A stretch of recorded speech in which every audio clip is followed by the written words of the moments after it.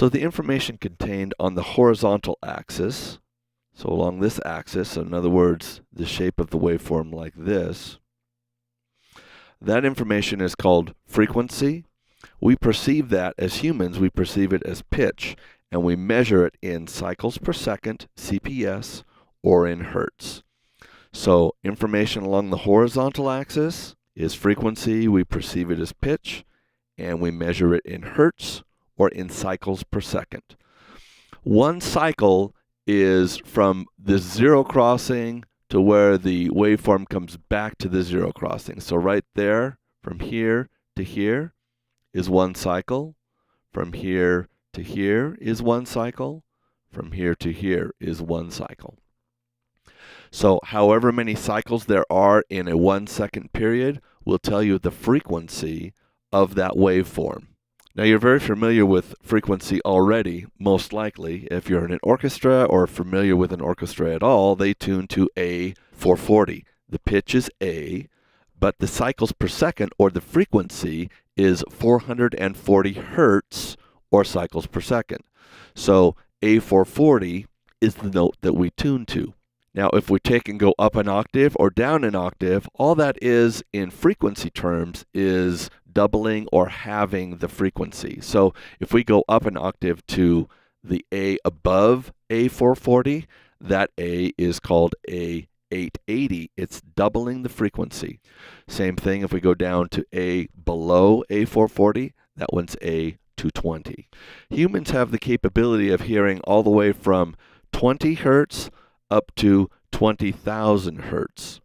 That's called the range of human hearing. 20 hertz to 20,000 hertz. Another way to say 20,000 hertz is 20 kilohertz, and the abbreviation we use for that is KHZ.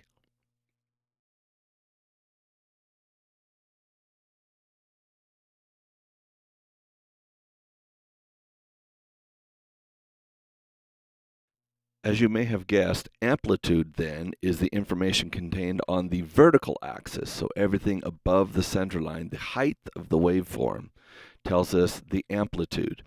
Amplitude we perceive as volume or loudness, and we measure it in decibels. So we can look at some of these waveforms, and we can see here that this waveform has fairly high amplitude compared to this waveform, which has a lower amplitude.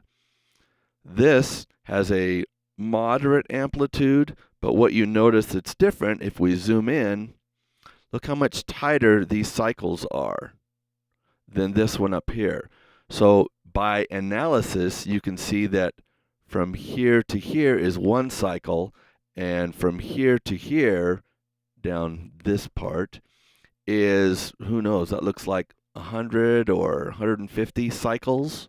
So this has a much higher frequency than this wave up here, but this one has a little bit larger amplitude. You can see how much more this is above the center line than, say, this is above the center line. So amplitude we perceive as volume or loudness, and we measure it in decibels. Frequency we perceive as pitch, and we measure it in cycles per second, CPS, or hertz. Just as we have a range of frequencies that we can hear, there's also a certain amount of audio volume that we can handle as humans as well. When it starts hurting your ears, usually that's around 120 decibels. An increase of about 10 dB is required to produce a perceived doubling of loudness, even though in actuality the loudness doubles every 3 dB. So that's a little bit misleading. So an ordinary conversation that you may have with somebody is right around 60 dB. In our classroom, if you remind me, I'll show you a decibel level meter that I have on my phone, and it usually comes in between 55 and about 70 dB when the classroom is relatively quiet.